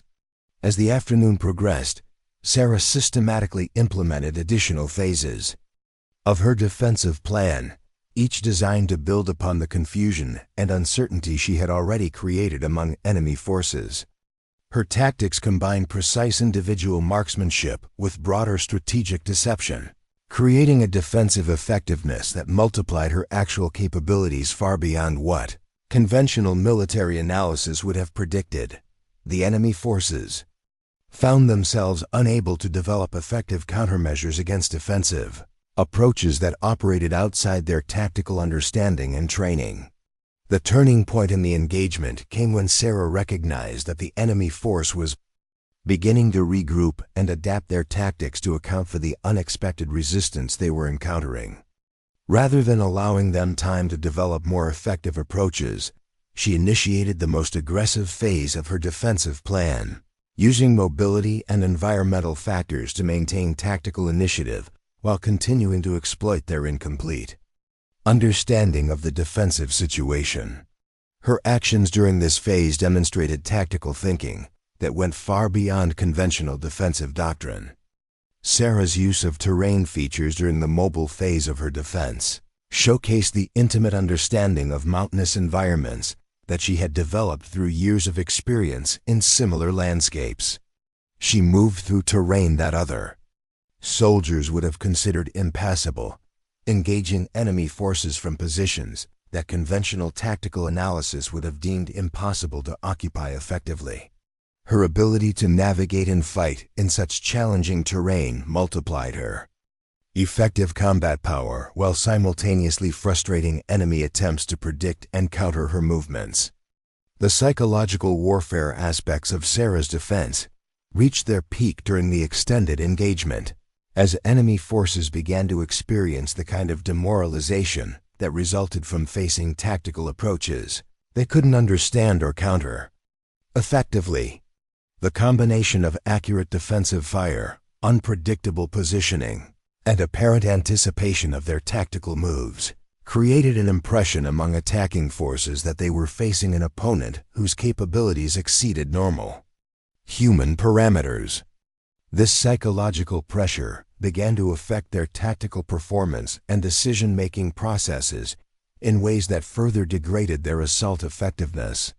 As evening approached, the enemy force found itself in the unprecedented situation of being unable to overcome a single defender despite overwhelming numerical superiority and adequate equipment. Their assault had been repelled not through conventional defensive measures, but through tactical innovations that operated outside established military doctrine and exploited psychological factors that weren't typically considered in tactical planning. The failure to achieve their objectives despite such favorable numerical odds began to affect enemy morale and unit cohesion in ways that made continued assault increasingly difficult to sustain. Sarah's physical and mental state during the extended engagement reflected the kind of performance under pressure that characterized exceptional soldiers operating at the peak of their capabilities. Despite hours of intense combat stress and physical exertion, her tactical thinking remained clear and adaptive, allowing her to continue implementing defensive measures that maintained tactical advantage over numerically superior forces. Her performance demonstrated the kind of individual military excellence that could emerge when natural ability was combined with innovative thinking and determination to succeed against overwhelming odds. The enemy's decision to withdraw came after repeated failed attempts to overcome defensive measures that seemed to anticipate and counter every tactical approach they attempted. The attacking force had sustained casualties and expended significant resources without achieving any meaningful progress toward their objectives, while the defending position remained fully operational and apparently capable of continued resistance. From a purely tactical perspective, the engagement represented a complete failure of conventional military assumptions about the relationship between numerical superiority and operational success. Sarah's successful defense of forward operating Base Phoenix became a case study within military circles that dealt with unconventional warfare and adaptive tactical thinking. The engagement demonstrated that individual excellence, when combined with innovative approaches to tactical problems, could achieve results that exceeded conventional military analysis and challenged established assumptions about combat effectiveness. Her tactics during the defense were studied extensively by military planners who recognized their potential applications in situations where conventional approaches proved inadequate. The aftermath of the engagement brought recognition from military leadership that had previously been skeptical of unconventional tactical approaches. Captain Rodriguez's classified unit found its funding and operational authority expanded based on the demonstrated effectiveness of soldiers whose methods operated outside traditional military doctrine. Sarah's success provided objective evidence that certain tactical situations required innovative thinking that couldn't be achieved through conventional training or established procedures, validating the concept of specialized units that recruited and developed soldiers whose abilities exceeded normal parameters. The broader implications of Sarah's successful defense extended beyond individual recognition to influence military thinking about the relationship between institutional conformity and operational effectiveness. Her experience demonstrated that military organizations sometimes rejected their most capable personnel in favor of those who conformed to established expectations, potentially compromising operational effectiveness in situations that required adaptive thinking and individual excellence. The contradiction between institutional assessment and operational performance raised important questions about evaluation criteria and selection processes within elite military units. Sarah's personal reflection on her journey from institutional rejection to operational validation revealed the complex emotional and professional challenges faced by individuals whose abilities didn't conform to organizational expectations. She had learned that competence alone was insufficient for institutional success within conventional military structures, but that alternative paths existed for those willing to operate outside traditional hierarchies. Her career had demonstrated that personal fulfillment and professional effectiveness could be achieved even when institutional approval remained elusive. The transformation in Sarah's professional identity following her successful defense reflected the kind of personal growth that emerged from overcoming institutional barriers and achieving validation through operational performance. She no longer sought approval from organizations that had failed to recognize her capabilities, but instead focused on continuing to develop and apply her tactical abilities in contexts where they could achieve maximum effect. Her sense of professional purpose had evolved from seeking institutional acceptance to pursuing operational excellence regardless of conventional recognition. Sarah's continuing work with Captain Rodriguez's specialized unit provided opportunities to further develop and apply the tactical innovations that had made her successful but institutionally problematic. The unit's missions required exactly the kind of adaptive thinking and unconventional approaches that characterized her military abilities, allowing her to operate in professional environments that valued competence over conformity. Her role within the unit involved not just individual operational assignments, but also contributing to the development of tactical approaches that could be applied by other soldiers facing similar challenges. The legacy of Sarah's defense of forward operating Base Phoenix extended beyond her individual career to influence broader military thinking about the value of unconventional tactical approaches and the importance of maintaining operational flexibility in rapidly changing combat environments. Her success provided evidence that certain military situations required soldiers whose abilities and methods operated outside established parameters, and that organizational cultures that prioritize conformity over competence might compromise operational effectiveness in critical circumstances. The recognition that Sarah eventually received for her tactical innovations came not from the institutions that had initially rejected her, but from military professionals who understood the operational value of adaptive thinking and individual excellence. Her methods were incorporated into training programs for specialized units that dealt with unconventional warfare scenarios, and her successful defense became a teaching example for military planners studying the application of psychological warfare and environmental manipulation in tactical situations.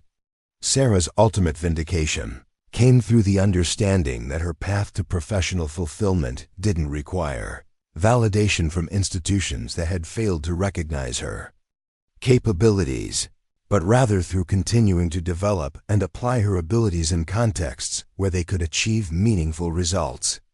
She had found her professional home not within conventional military hierarchies, but in specialized roles that valued innovative thinking and operational effectiveness over adherence to established procedures and cultural expectations.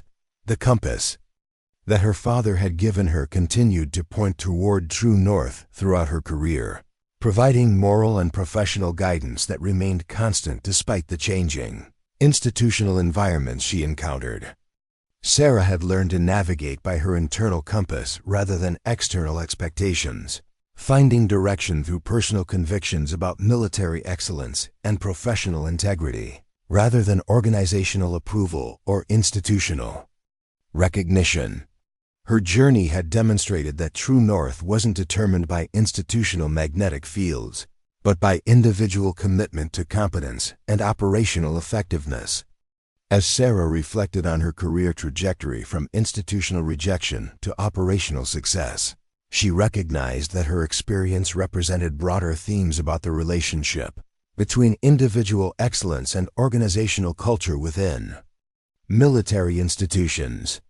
Her story demonstrated that exceptional individuals sometimes had to operate outside conventional structures to achieve their full potential, and that institutional assessment criteria didn't always align with operational effectiveness in complex tactical situations. The path to professional fulfillment required understanding these dynamics and choosing directions based on personal convictions rather than institutional expectations. The continuing evolution of military thinking about unconventional warfare and adaptive tactical approaches ensured that Sarah's contributions would have lasting impact beyond her individual career achievements.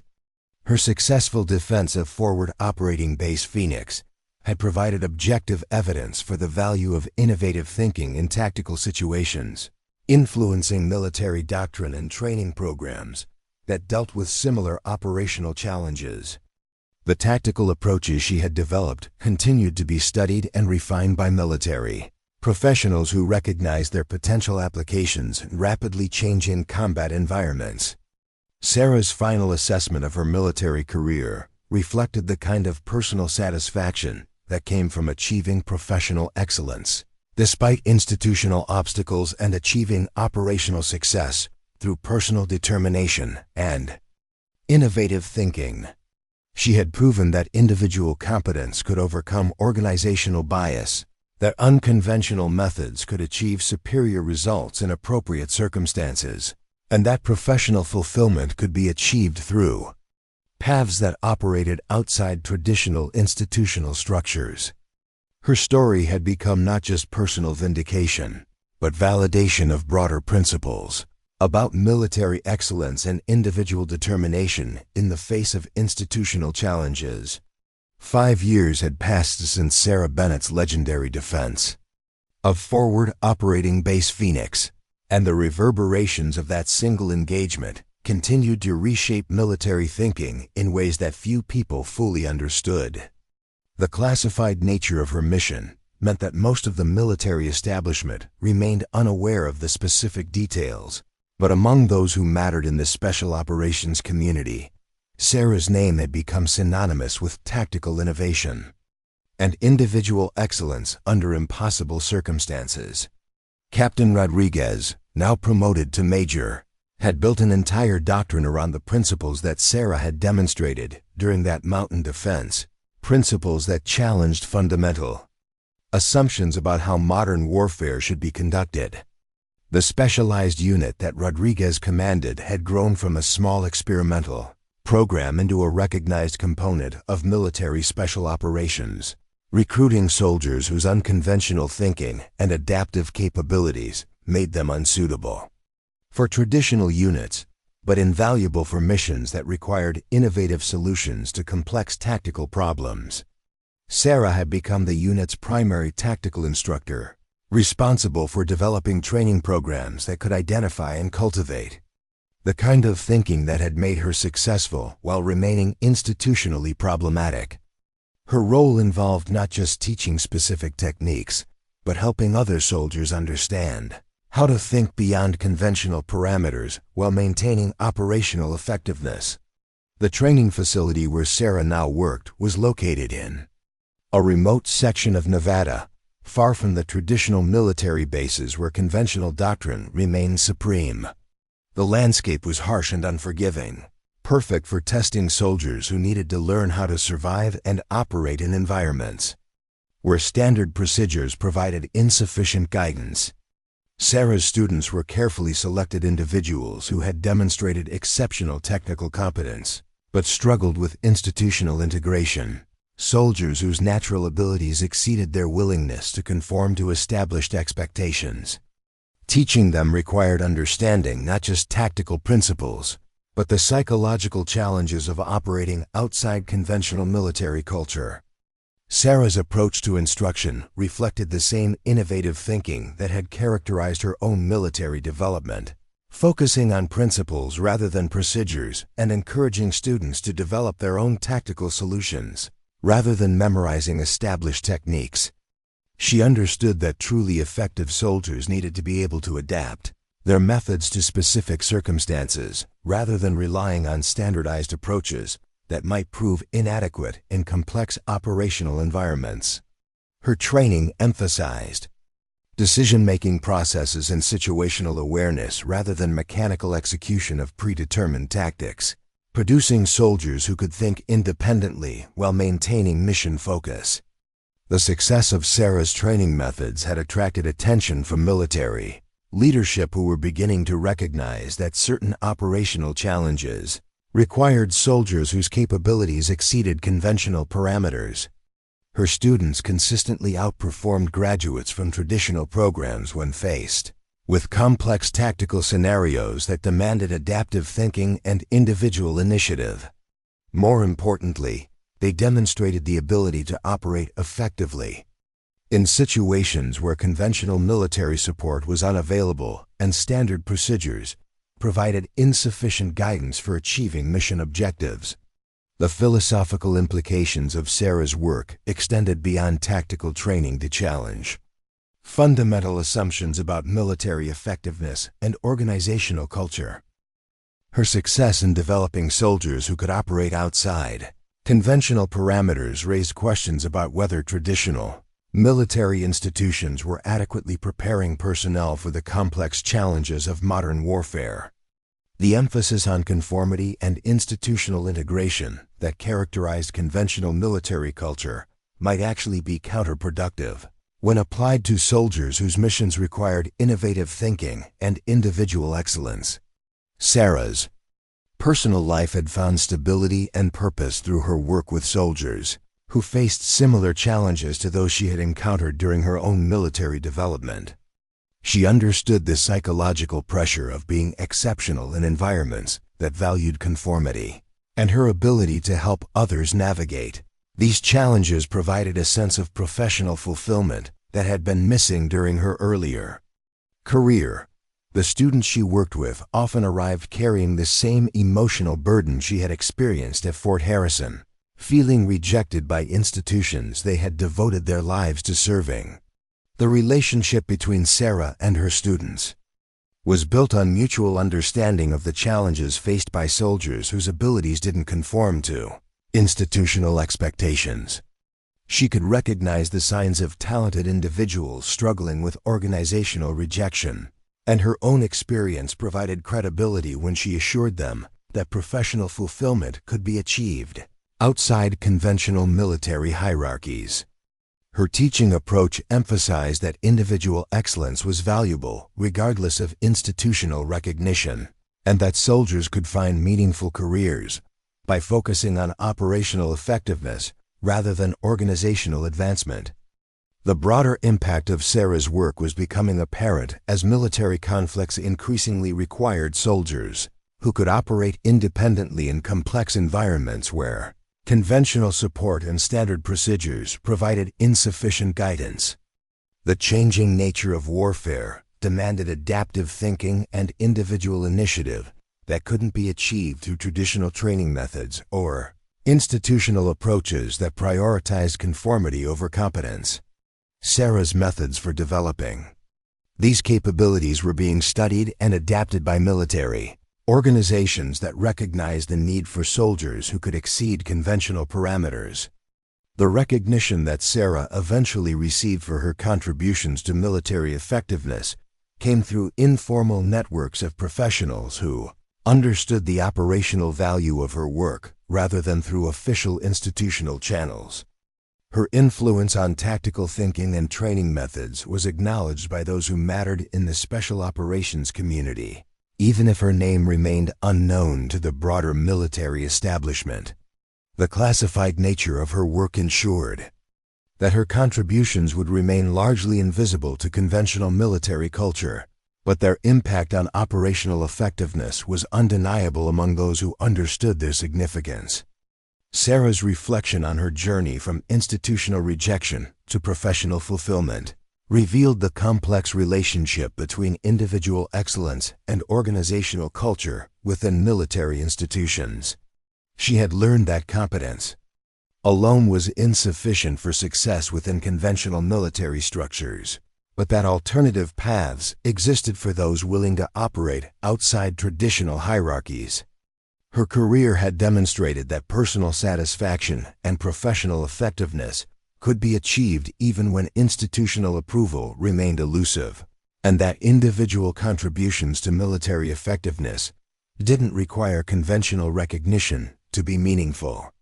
The compass that her father had given her continued to provide guidance as Sarah navigated the complex challenges of developing other soldiers who faced similar institutional obstacles.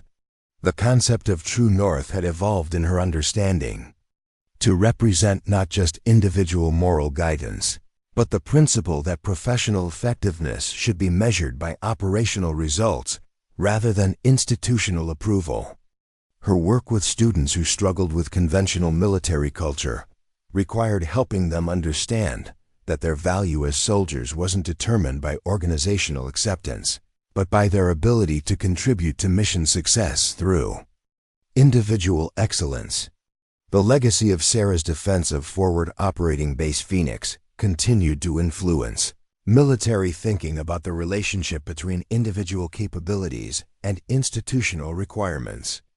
Her successful demonstration that unconventional tactical approaches could achieve superior results in appropriate circumstances had provided evidence for the value of maintaining operational flexibility and encouraging innovative thinking within military organizations. The tactical principles she had developed during that engagement were being incorporated into training programs and operational doctrines that dealt with complex military challenges requiring adaptive solutions. The continuing evolution of military conflicts toward scenarios that required individual initiative and adaptive thinking ensured that Sarah's contributions would remain relevant and influential, regardless of changes in conventional military culture. Her methods for developing soldiers who could operate effectively outside Established parameters addressed fundamental challenges that would continue to affect military operations in rapidly changing strategic environments. The principles she had demonstrated and taught provided frameworks for thinking about military effectiveness that transcended specific tactical situations or technological developments. Sarah's ultimate vindication came through the understanding that her professional worth wasn't determined by institutional recognition, but by her continuing ability to contribute to military effectiveness through innovative thinking and individual excellence. She had found her professional calling not within conventional military hierarchies, but in specialized roles that valued operational competence over organizational conformity.